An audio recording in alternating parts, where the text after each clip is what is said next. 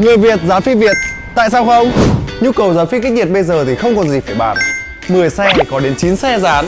Nhưng điều nhiều người băn khoăn bây giờ không phải là có nên dán hay không, mà nên lựa chọn thương hiệu nào cho sở yêu của mình. Giữa thị trường với rất nhiều thương hiệu phim, từ ngoại nhập cho tới trong nước, Auto 6 cũng chỉ là một trong những lựa chọn.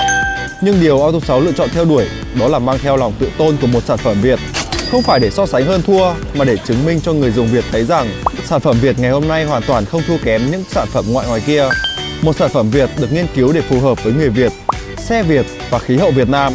Ủng hộ hàng Việt không chỉ là một hành động mua sắm, mà là cách chúng ta thể hiện lòng yêu nước và niềm tự hào dân tộc bằng những hành động rất đời thường. Xe Việt, dán phim Việt, Auto 6 tự hào thương hiệu Việt.